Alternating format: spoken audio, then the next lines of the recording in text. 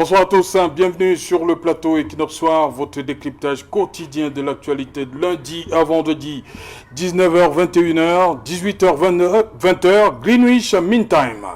35 714 cas confirmés de Covid-19 contre 551 décès au 25 février 2021, annonçait le ministre de la Communication René Emmanuel Sadi le 1er mars dernier. Des chiffres révélateurs d'une réelle montée en puissance du Covid-19 au Cameroun, réunis au cours d'une conférence de presse conjointe, ministre de la Communication, ministre de la Santé publique et délégué général à la Sûreté nationale, René Emmanuel Sadi, porte-parole du gouvernement, va reconnaître que la recrudescence du Covid-19 au Cameroun est liée à un relâchement généralisé des principales mesures barrières édictées par l'Organisation mondiale de la santé et le gouvernement. Cette indiscipline généralisée constatée porte préjudice, d'après le ministre de la Communication, à la stratégie nationale de riposte. Sur le terrain, la réalité saute aux yeux. Le nombre de patients sous assistance respiratoire ne cesse d'augmenter. Les établissements scolaires constituent plus que jamais des foyers de contamination. Face à cette situation, un seul élu local, à savoir le maire de la commune d'arrondissement de Douala-Premier, Jean-Jacques Lengue Malapa, est allé jusqu'à prendre la décision de fermer momentanément 7 écoles maternelles communales, le temps de procéder à leur désinfection. Sous d'autres cieux, des chefs d'établissement et responsables des structures déconcentrées du ministère de la Santé publique se contentent d'avancer des chiffres alarmants, créant davantage la psychose au sein de la population. Face à cette résurgence Covid-19, les populations, malgré les nombreux rappels à l'ordre du gouvernement pour un strict respect des mesures barrières, semblent n'avoir toujours pas pris conscience de l'ampleur du phénomène. Peut-être attendent-elles une autre sortie gouvernementale comme celle du 17 mars 2020. Madame, Monsieur, tout à l'heure à 20h, c'est la grande édition d'information présentée depuis Douala par Cédric Noufelin. Quant à moi, je vous retrouve après pour le débrief du journal.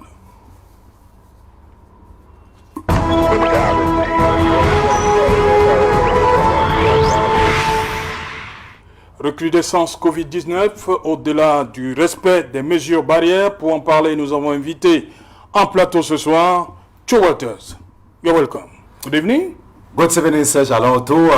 Good evening to all Cameroonians and the fans of Equinox Soir. We call Equinox Soir in Cameroon the evening service of church, whereas people always stop their activities to see even bike riders. I met bike riders yesterday at Mokolo Market. They told me that when the evening service in church reaches, they must be there to watch Equinox. I must congratulate you, Serge Alonto. You are being loved by Cameroonians. Even Cedric Nofele and Serge Alonto are the people who are being loved in Cameroon. The government hates you because you expose the government to the international community. Mokolo Market in Yaoundé says I should extend my greetings to you and that they are with Equinox TV and they believe that the change will come in Cameroon. I greet my co-panelists. We always conglomerate here today to discuss issues, and the particularity that you have in Equinox is that you handle daily topics that disturbs Cameroon and exposes Cameroon and serves Cameroonians from getting the reality. I'm happy to be here. And may God bless you and continue to do the work you are doing in Equinox. Non, tu vois, le test, vous n'allez pas être péremptoire. Il y a des membres du gouvernement qui apprécient le travail qu'on fait. Je ne vais pas donner les noms ici. Ils nous regardent en ce moment. Ce n'est pas tout le gouvernement. Il y a des membres qui apprécient ce que nous faisons. Yes, there are members of government, but there are very few. But some love you. Ouais. They cannot prove that they love you because the Unity Palace will attack them and remove them from the government. Let's say that 90% of the members of government love Serge Alonto and Cedric Nofele and Equinox Soir, but they cannot prove their love to the entire world because they are afraid of the lion that is in the Unity Palace at the Konyada Forest. No, but they love you. Ok. Bonsoir Mephisto. Merci Olivier Ndi. Bonsoir Serge Alain, bonsoir à mes compagnons, bonsoir surtout à vos nombreux téléspectateurs. Je voudrais remercier votre invitation. Okay. Je suis content d'être là. Ok, à côté de vous, Jean-Patient Tiala, bonsoir JPT. Bonsoir Serge Alain, bonsoir à tout le monde ici, hein. Ouais. Vis-à-vis et tous les téléspectateurs d'Equinox TV. Voilà, JPT, vous êtes journaliste. Nous sommes en début du mois de mars. Ça fait à peu près 1 an que les premiers cas ont été signalés au Cameroun, mais il a fallu attendre jusqu'au 17 que le gouvernement fasse une sortie avec ces 13 mesures gouvernementales, comme on les a appelées. Oui, aujourd'hui, on a, je l'ai dit, 35 714 cas positifs pour plus de 551 décès. Oui, vous avez raison. Qu'est-ce qui explique l'attitude du gouvernement aujourd'hui? Oui, on est presque dans la même configuration que celle de 2020. Nous sommes d'accord sur le plan théorique. Maintenant, sur le plan de la praxis, il y a une problématique qui s'est ajoutée. C'est celle du nombre de personnes infectées et du nombre de décès. En 2020, ce n'était pas les mêmes chiffres. Et à ce niveau, je pense qu'il ne faut pas céder à la panique, ni à la psychose.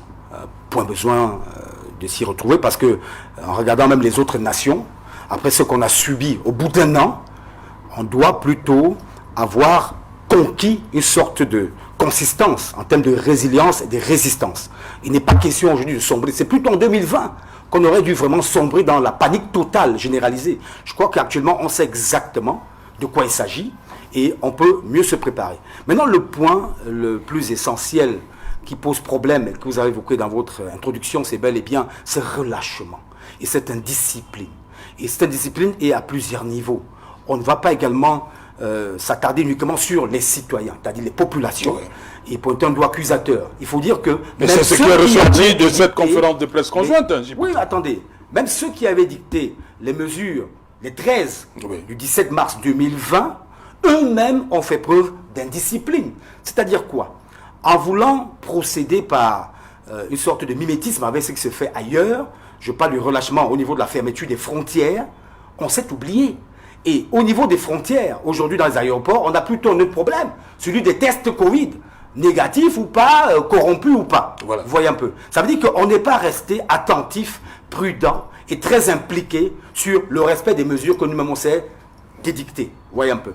Et quand vous renvoyez ce type d'image, forcément les populations se disent, si on a ouvert les frontières, parce qu'il fallait les ouvrir, évidemment, parce qu'il y avait un étouffement sur le plan économique, mais si on a ouvert les frontières, ça veut dire que mon cache-nez, je peux le prendre et le mettre dans ma poche.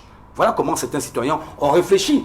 Si, également, on a laissé les gens réouvrir dans la soirée les buvettes et autres gargotes, évidemment, je peux prendre mon cache-nez et le jeter cette fois-là à la poubelle et boire toutes les gorgées de bière que je veux. Vous comprenez? Donc, il y a eu un manque de corrélation difficile. Je peux appeler corrélation difficile entre les mesures prises par le gouvernement et le côté réceptif des populations.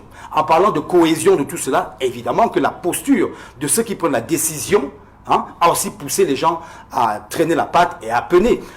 Ces gens, c'est-à-dire que notre gouvernement sait bel et bien quel est le profil psychologique des citoyens camerounais. 1. Toujours retardataire, on se connaît, comme on dit au quartier, nous nous connaissons. Toujours retardataire, toujours Thomas, donc dubitatif, ne croit vraiment à rien du tout, toujours prêt à contester, même les amis de M. Cho Walters qui sont au marché Mokolo, je crois, toujours Thomas n'y croit pas. Jusqu'à présent, il y a beaucoup de Camerounais qui ne croient même pas à l'existence du virus. Pendant 1 an, la communication gouvernementale a travaillé à quoi? Voilà le problème. Si vous réouvrez les frontières, vous organisez maintenant avec une communication qui ne dit pas que le phénomène s'est arrêté, qui dit qu'il se poursuit, mais nous avons créé la détente parce qu'il y a une situation économique difficile, parce qu'on ne doit pas étouffer les ménages. Il faut le dire aux citoyens. Il ne faut pas faire des communications quotidiennes sur des chiffres, parce qu'on a passé le temps à communiquer sur les chiffres. À un moment, d'ailleurs, on a arrêté même de parler de chiffres. Et puis, on ne disait plus rien. Et puis, dans une chaîne de télévision, chaque soir, jusqu'à ce moment, on a continué à diffuser les messages du chef de l'État, des bouts de messages, et également des informations venant des autorités sanitaires, mais qui, en réalité, vaguaient à contre-courant des réalités sociales, donc socio-économiques des citoyens. Voilà là où je pense qu'il y a eu un certain manque, un certain déficit. On aurait dû accompagner tout cela avec les réalités quotidienne des citoyens. Dans ces réalités, il y a quoi? Il faut que l'ami de M. Cho Walters qui est au marché se nourrisse. Il faut que moi, journaliste, que je travaille et que j'ai mon pain quotidien. Regardez la presse aujourd'hui. La presse est étouffée, carrément noyée. Personne n'a pris en compte la situation de la presse camerounaise par rapport au Covid-19. Personne. Il y a plusieurs pans de la société qui ont été abandonnés comme ça et on n'a pas communiqué dessus. Alors on se réveille un matin parce qu'on nous dit il y a des variantes qui sont arrivées, ça se complique, ça se corse, il y a plus de décès et on met ça sous le coup du relâchement. Je suis d'accord pour le relâchement, mais est-ce qu'on a réfléchi sur comment faire pour que les gens tiennent jusqu'au bout? Parce que personne ne savait, ou alors on ne sait à quel moment le virus partira. Il ne partira d'ailleurs pas, parce qu'on va s'habituer à vivre. On a dit on doit ça veut dire qu'on doit être dans une planification en termes de communication sur la durée, en termes de sensibilisation sur la durée. On ne doit pas venir un an après faire une évaluation qui nous dit que, en réalité, le vrai problème a été celui de la communication. Tenez, vous avez un message du délégué général de la Sécurité nationale qui dit que dans les taxis, dans les transports en commun, nul ne doit plus y monter sans son cache-nez. Mais malheureusement, regardez ce qui se passe dehors. Voilà. Les gens dans les taxis et autres n'est-il pas compte du message. Alors, d'où sort cette décriminalisation du message, du discours gouvernemental? Parce qu'il y a ce problème, c'est-à-dire que les gens ne croient plus au message qui vient du gouvernement. Et même le ministre de la Santé publique, qui à un moment donné a été l'égérie principale de l'affaire Covid-19, a perdu du terrain sur le plan de la communication. Pourquoi a-t-il perdu du terrain? Parce qu'entre-temps, il y a eu des casseroles venant des députés qui dénonçaient la gestion, selon eux, négative de l'affaire Covid-19. Il y a eu tellement de casseroles, même la réception maintenant et des simples ambulances et autres, ça fait problème. Ça veut dire que le problème, j'insiste, réside sur le schéma de communication. On n'a pas bien communiqué. Vous avez également ceux qui proposent les solutions endogènes qui se sont plaints de ne pas être financés. Tout cet ensemble crée un effet boomerang et fait en sorte que la population doute même de tout ce que le gouvernement peut lui dire. Donc il faut revoir le logiciel de communication, il faut remettre les choses à plat et non trouver le bouc émissaire qui serait un peuple, qui serait indiscipliné, qui serait désordonné. Voilà, Cho Walter, justement, qu'est-ce qui fait donc que le gouvernement a beau dire, porter les masques et tout ça, mais au niveau de la population, ça ne passe pas. Qu'est-ce qui explique cela? Que le message du gouvernement ne passe pas? Yes, actually, you know that in communication, there is what we call feedback. When you communicate, you need feedback. The feedback from the population is obviously negative because majority of Cameroonians do not believe on this dictatorial regime. This dictatorial regime has 5 modes of governance. We have repression, nepotism, manipulation, and oppression, and brutality. So you discover that the government has abandoned its citizens.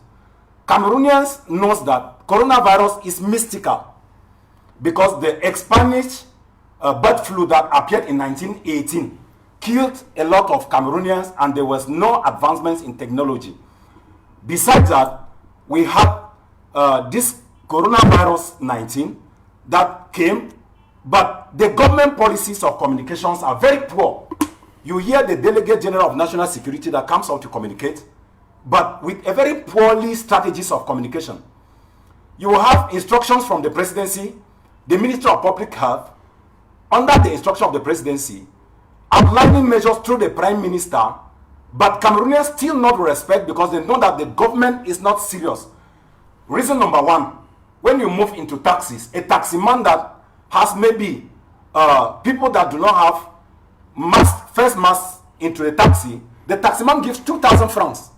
He bribes 2,000 francs to pass with his taxi, and somebody that does not have, they'll first of all protect the taxi man and they will pass. You go to the market, they are not face masks.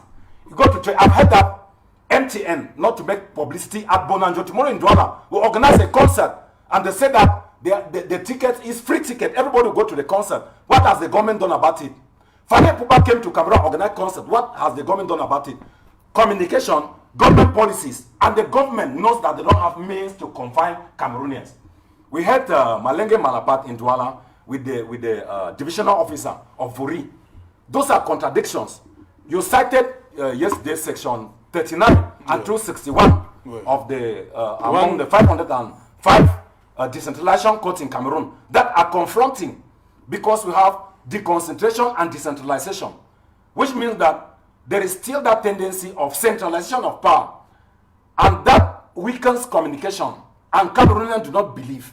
They know that coronavirus is mystical. Why? They know that Illuminati has imposed a new world order, and vaccines that are going to be dispatched into the entire world are those things that they will apply and impose mystically for the whole world passing through method 1 vaccines. In South African government obtained COVAX that were not adaptable. It poses the question of adaptability. Now in Cameroon, we don't know whether the vaccines that are coming in are adaptable to what we have because people are sick of malaria. Malaria is a variant of coronavirus. And then the high fever. The vaccines that are to be given to us, Saleh Leader proposed a protocol that were embezzled by the government. Dr. Payum proposed a protocol. The government did not look into it. We don't consume what we have at home. Government policies, very bad. Communication, very poor. Cameroonians not believing into government because they don't have means. When I say they don't have means, I can demonstrate that from 2016 to 2018, we have a balance of payment deficit of 6%, and we have a balance of budget deficit of 8%. And in 2020, it dropped down to balance of payment deficit of less than 2% and balance of and a budget deficit of less than 2.3%. Looking into consideration that the government do not have means to confine, closing borders. I heard the Delegate General of National Security saying that people to come to Cameroon should obtain visas. There are people who smuggle to Cameroon without visas because they belong to the people who are up. I always call them les Zango Dango and les Zamba Damba. Those people are from the government. We saw people who are confined in hotels in Douala.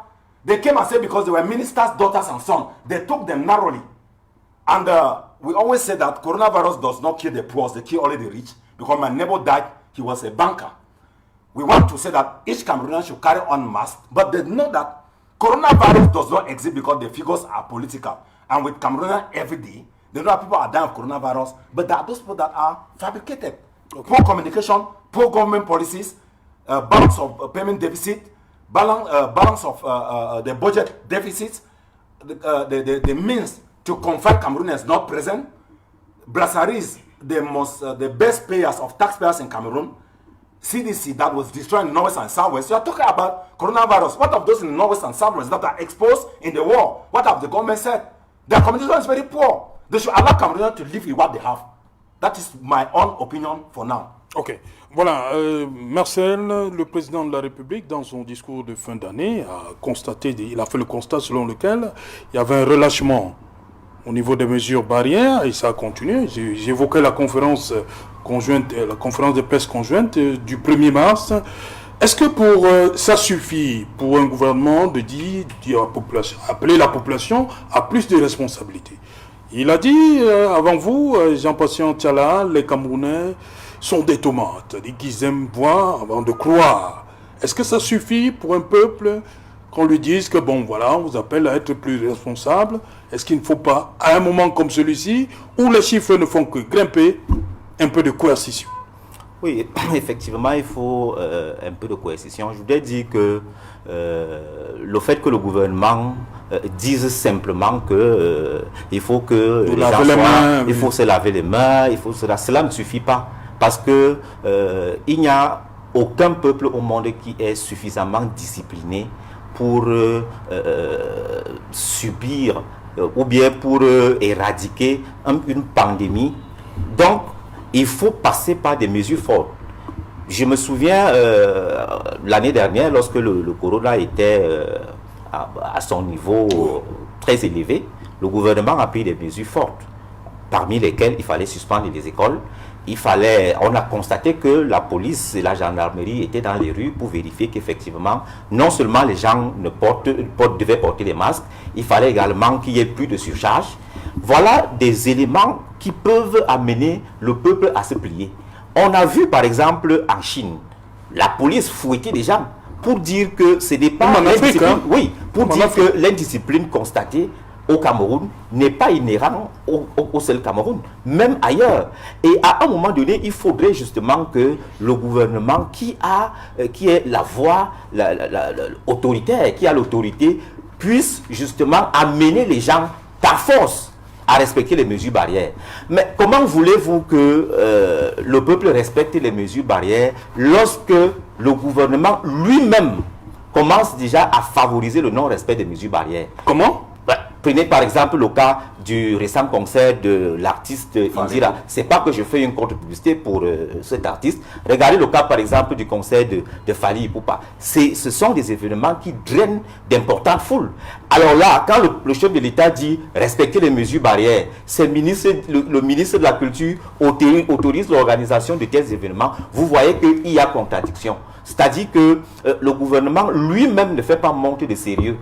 Je vais même aller plus loin parce qu'on a vu une vidéo qui est quasiment devenue virale ces derniers temps-ci où un membre du gouvernement est quasiment dans un bain de foule.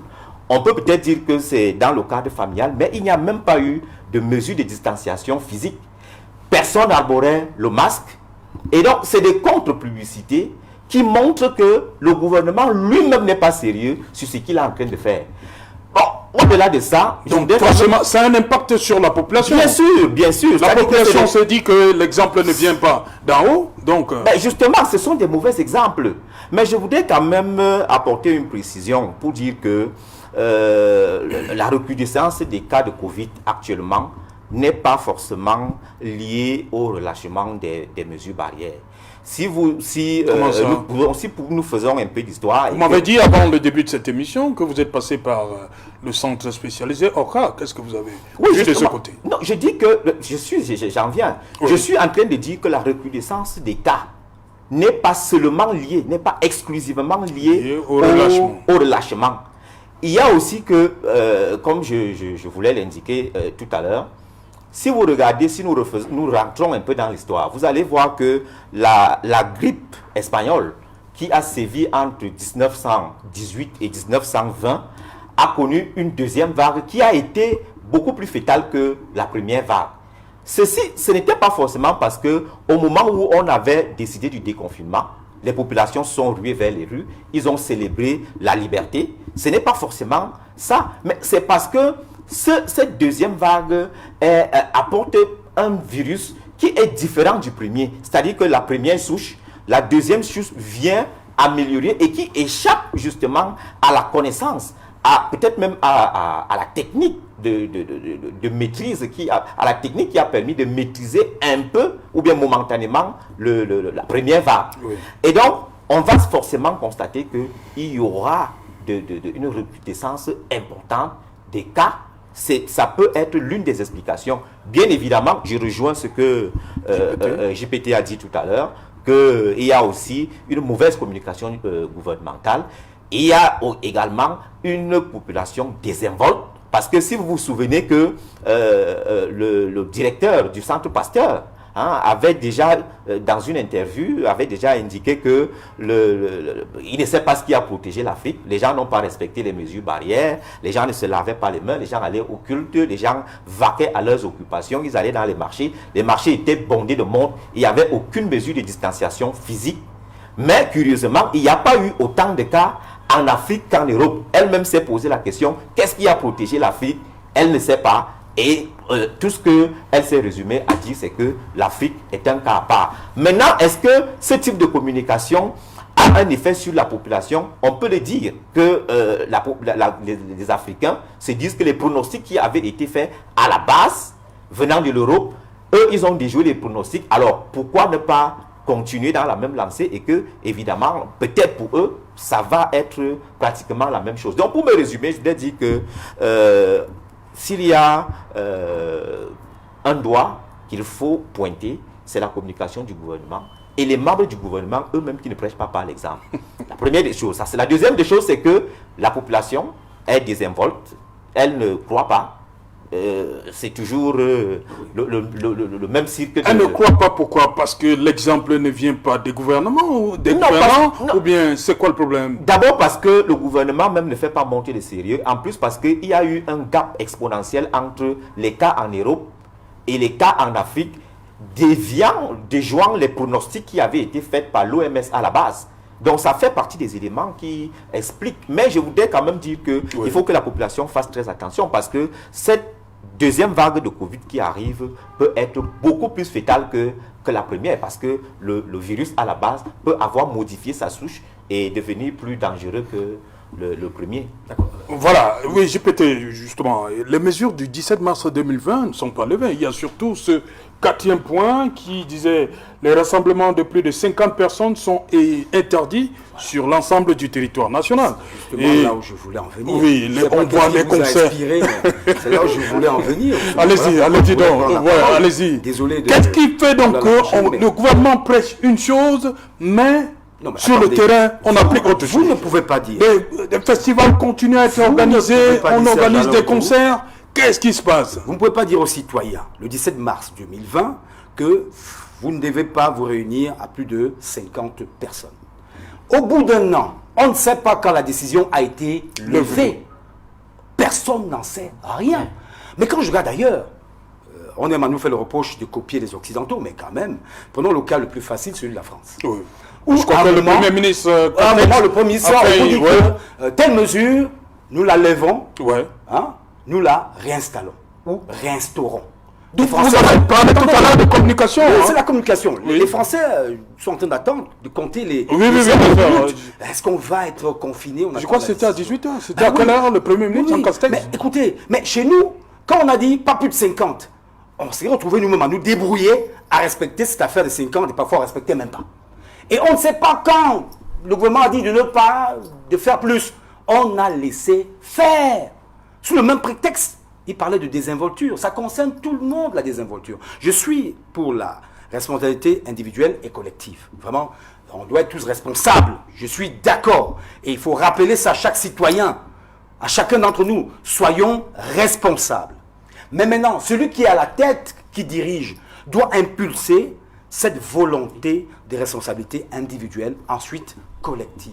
Il n'y aura pas d'immunité collective, je suis d'accord, mais au moins la responsabilité peut nous aider à sortir de ce mauvais guêpier, vous comprenez. Comment se fait-il que si on énumère les 13 mesures, on ne sait pas quand il a été décidé de faire, en dehors de peut-être des bars et des aéroports, le reste on ne sait pas, et peut-être les écoles. Et même jusque-là, on ne sait pas très bien. Voilà pourquoi dans les écoles, les gens se fourvoient aujourd'hui. Vous avez des maîtresses qui disent aux enfants, bientôt on va fermer parce que les enfants rentrent en courant à la maison, mais maman, papa, c'est fini, on va fermer. Non, il n'y a aucune information juste. Voilà pourquoi on a le problème de Douala, premier. Avec un maire qui décide lui-même de fermer des écoles communales, et après la sortie du gouvernement, le préfet applique pour dire, non, vous êtes incompétent en la matière. Vous ne pouvez pas le faire. Mais les écoles sont restées fermées. Hein, ah ben oui, vous voyez, ça reste fermé malgré la... Voilà, vous m'informez même d'ailleurs que c'est resté fermé. C'est resté fermé. Et ensuite, autre élément important, au niveau du protocole des soins, il y a aussi un gros problème. Certaines sources nous disent qu'à Orca, dont parlait Mephisto, les patients, comme d'habitude dans nos hôpitaux, sont mal reçus. Et ça, il faut que le ministre de la Santé le sache, que les patients sont maltraités là-bas. Il faut le savoir. Dans les centres spécialisés, Covid. Je vous dis, je parle de Orca, à Yaoundé, maltraité. Il faut le savoir. C'est important à signaler. Maintenant, au niveau du protocole administré aux patients de Covid-19, est-ce que le gouvernement, le nôtre, dans la géopolitique mondiale, a le courage aujourd'hui d'intégrer les solutions de Mme Peyoundi Samba ou de Cléda? Sont-ils capables de mettre dans le protocole de traitement ces ressources qui viennent de notre puisard traditionnel et culturel? Je ne suis pas sûr. Parce qu'il y a le vaccin qui arrive. Mais c'est une idée qui est là. Pourquoi ne pas soigner les Camerounais avec cela? Même si c'est sous cap. Même si on sait qu'à Madagascar, on a fait disparaître... Mais on peut quand même essayer que de laisser les gens mourir. Et d'aller en cachette, aller ramasser tout ce que Mme Payou propose.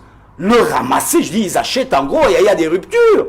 Il le faut en cachette. Pourquoi officiellement ne pas soutenir vertement ces gens et dans le protocole médical l'intégrer? Peut-être que ça va nous bousculer dans la mentalité parce qu'il y a une loi sur la médecine traditionnelle qui est toujours bloquée, qu'on n'arrive ni à adopter à l'Assemblée, ni à promulguer si jamais elle a adopté. Vous comprenez? Donc il y a des problèmes réels qui vont au-delà des mesures barrières. Et c'est des problèmes de géopolitique. Et des politiques intérieures aussi. On doit regarder l'extérieur, mais à l'intérieur. Quelqu'un parlait du vaccin et de l'opération COVAX. COVAX, oui, on voit ce qui se passe au Ghana, en Côte d'Ivoire. Chez nous, on ne comprend encore rien. On nous dit que dans un mois, peut-être... dans un mois, 1,7 million. Peut-être qu'on verra ce qui va se passer. Parce qu'on craint la réaction de l'opinion, c'est-à-dire que de la population qui, Badevrin, elle, passe le temps à dire qu'elle ne va pas cautionner et accepter ce vaccin. D'ailleurs, des spécialistes nous ont encore dit il y a 2 jours que le vaccin ne garantit pas qu'on ne contracte pas la maladie. Peut-être que c'est des messages qui vont dans le sens contraire de la vaccination. Je suis désolé, hein, mais ce sont des réalités. C'est pour ça que je parlais de communication. La bonne communication, donner la bonne information. Même si, sur le plan stratégique, vous n'êtes pas obligé de le dire. Mais à un moment, on est obligé de dire à la population la vérité pour que la population se range. Comment convaincre les Camerounais que Covid, le virus, existe? Autre problématique, on parlait des 50. Je voudrais parler de ces variantes. Quand ça se passe ailleurs, nous tous sommes devant nos téléviseurs, les radios internationales, nous écoutons. Comment on dit qu'il y a un variant sud-africain, il y a un variant britannique. On ne fait rien.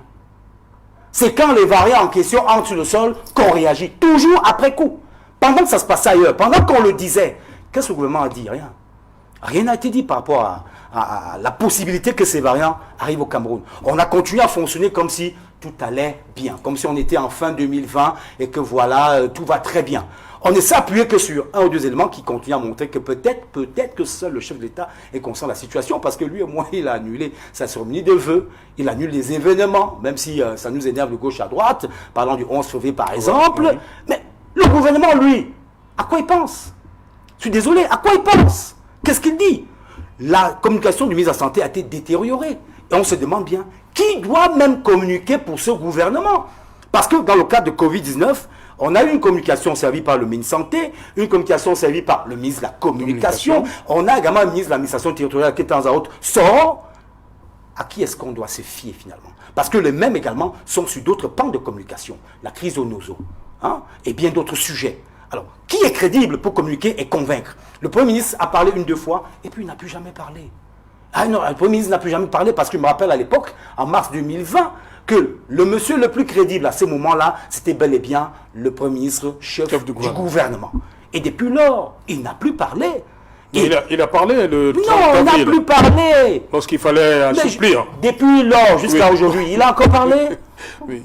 Il n'a plus parlé. Oui. Et la dernière sortie est celle du ministre de la Communication accompagné des autres ministres. Oui, le 1er mars. Donc je pense que c'est un problème à régler. Mais j'insiste sur l'idée de renforcer le protocole de traitement, de prise en charge des patients avec les solutions endogènes. Voilà. Walter, c'est la 9e mesure du gouvernement. C'était celle qui interdisait aux conducteurs de moto-taxi de faire des surcharges, aux transporteurs même aussi.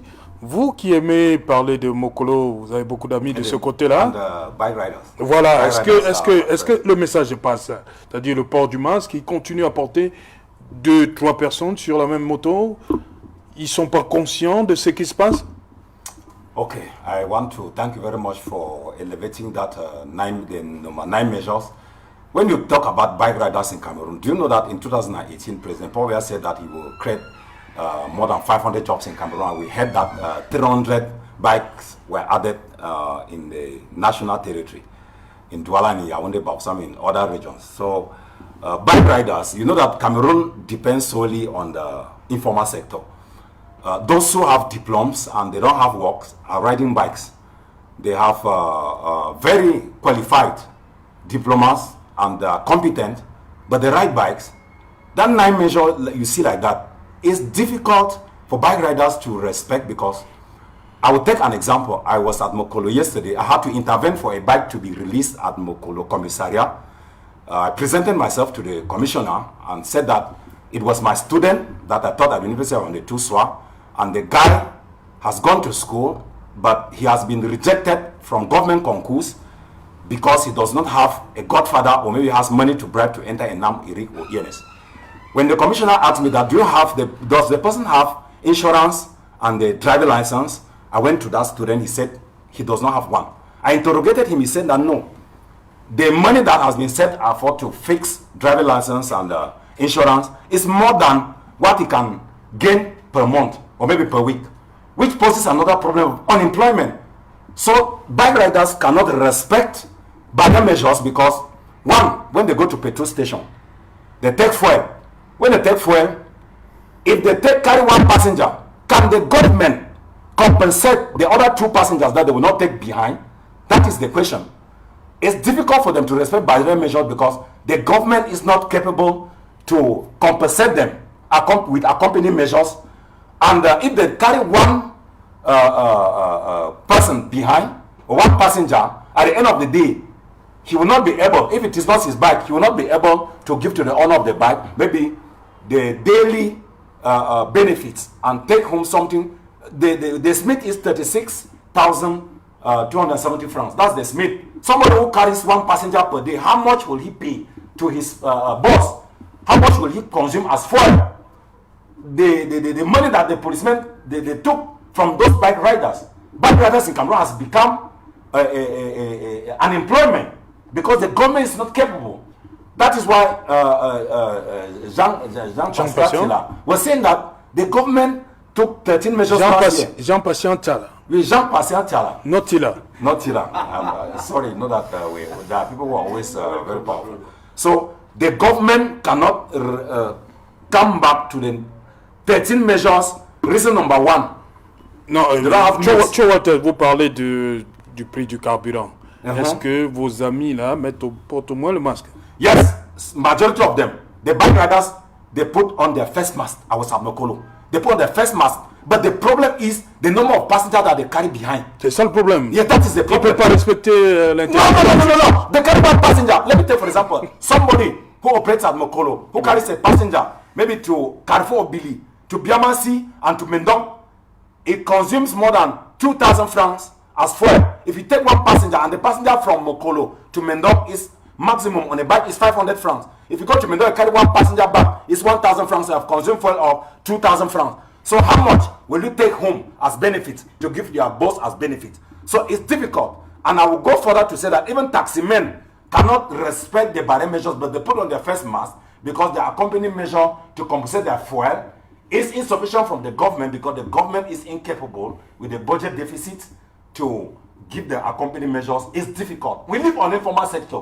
For 80% of Cameroonians depend on the daily feeding. That is, they feed from hand to mouth. They live in the morning, they come in the evening.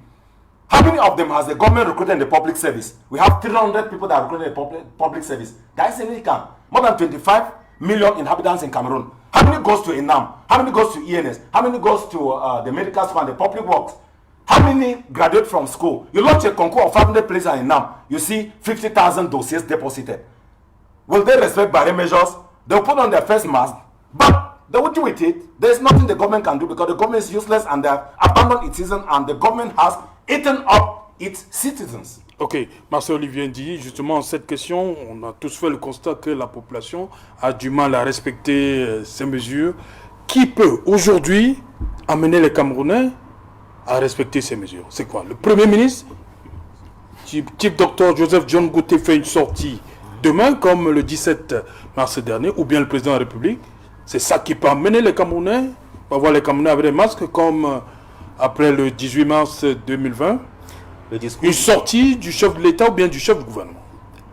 Qu'il s'agisse du chef de l'État ou bien du Premier ministre chef du gouvernement, il faut reconnaître que les messages de toutes ces deux personnalités ne sont pas suffisamment réceptifs. Ils ne sont pas suffisamment réceptifs parce que le gouvernement en réalité est démuni. Cette situation embarrasse le gouvernement et ça vient mettre à nu l'état que notre gouvernement a. Je vais vous prendre le cas par exemple du ministère de la Recherche scientifique.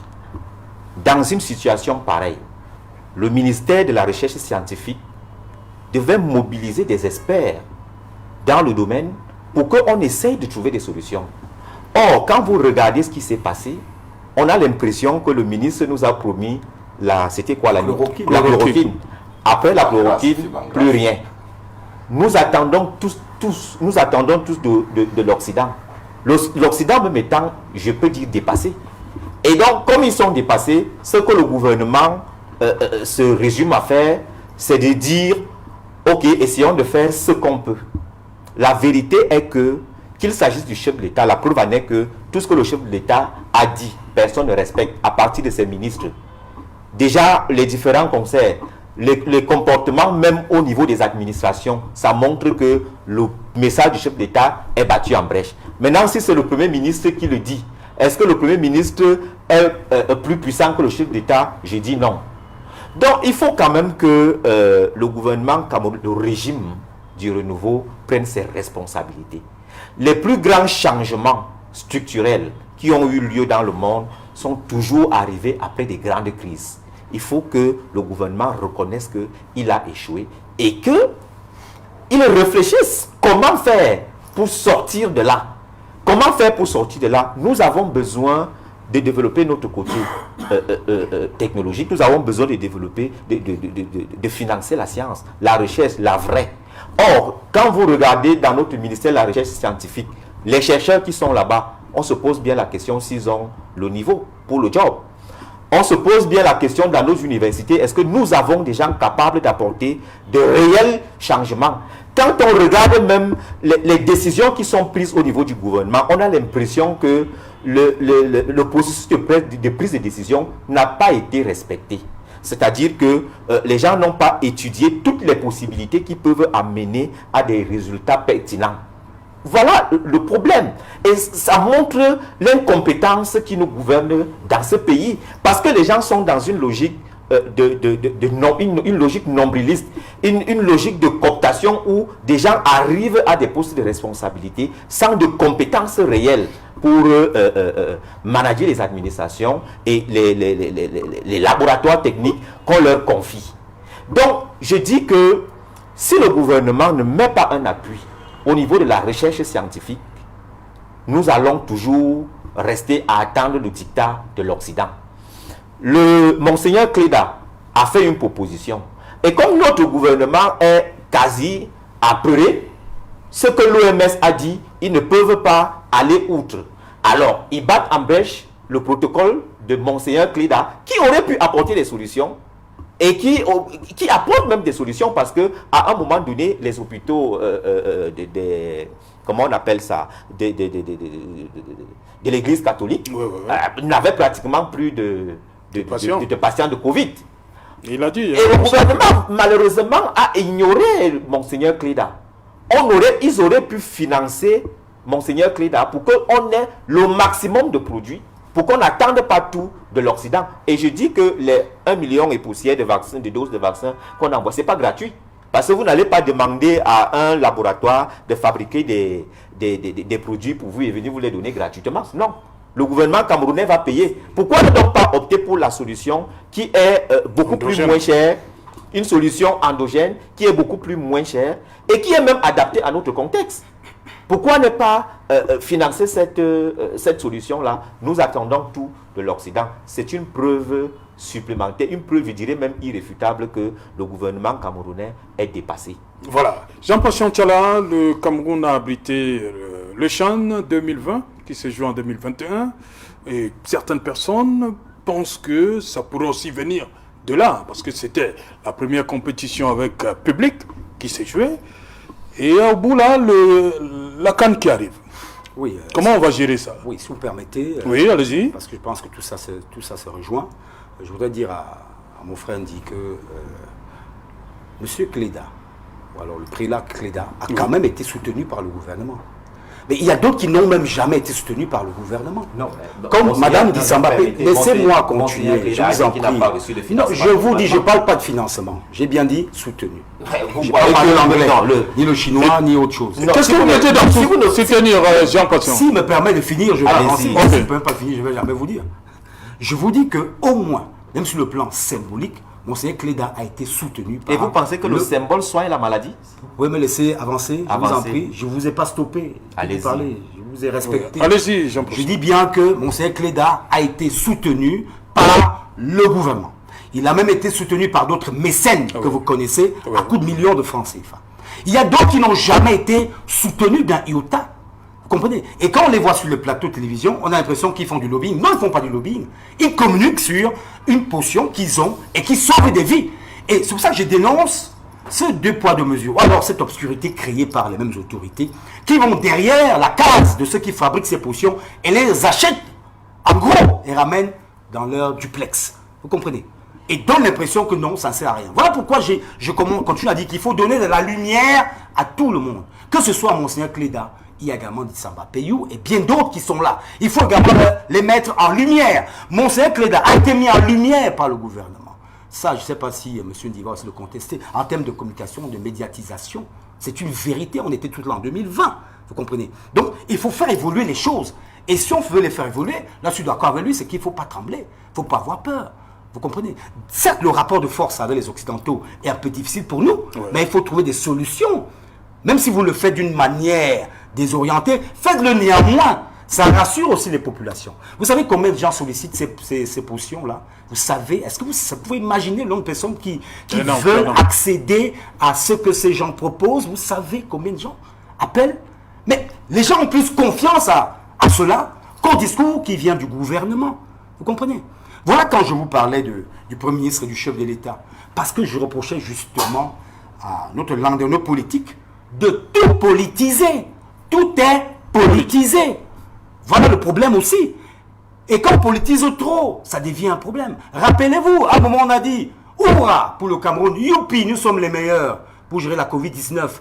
D'aucuns ont pris sur eux de mettre ça sur le dos du régime en place. D'autres, de l'autre côté, ont déconstruit cela en disant qu'ils ont également leurs affaires à eux, ils collectent de l'argent et puis ils achètent des cache-nez aux gens. Vous comprenez? Donc le choc politique également, à ce niveau de la gestion de la Covid, a aussi posé un problème dans la conscience des citoyens.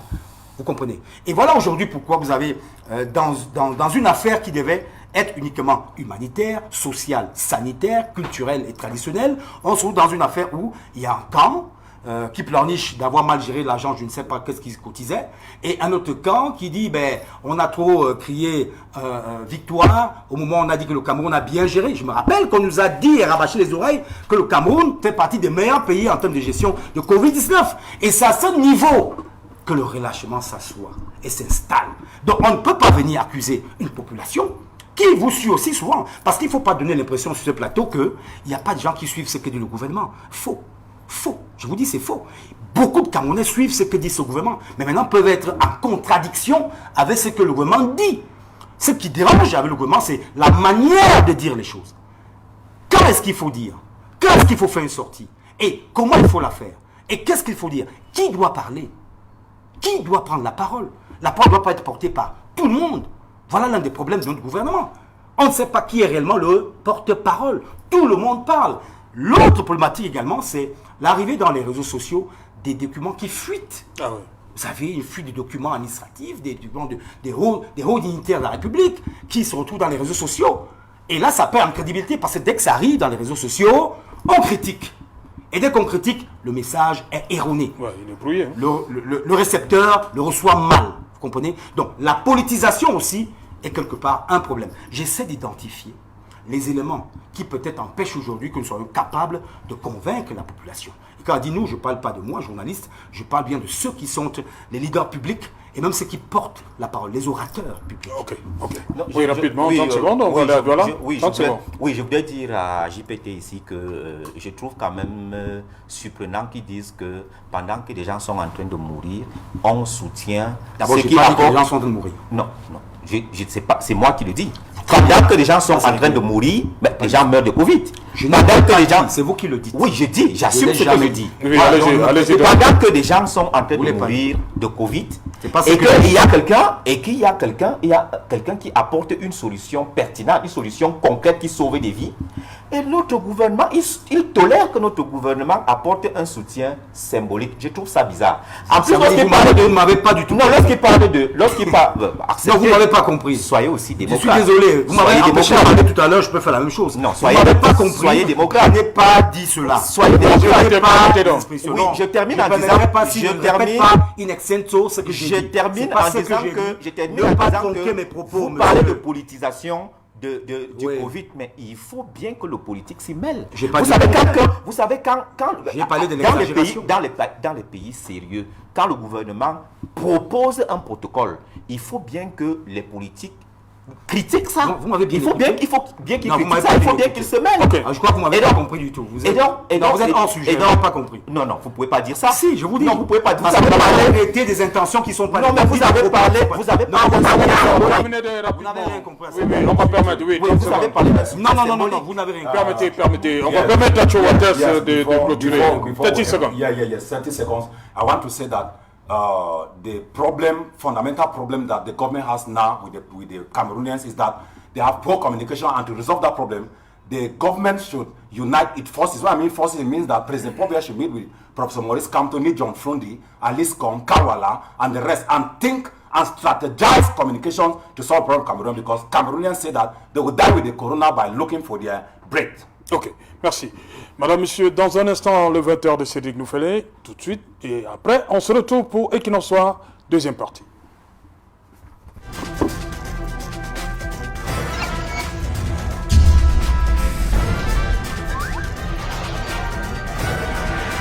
Equinox.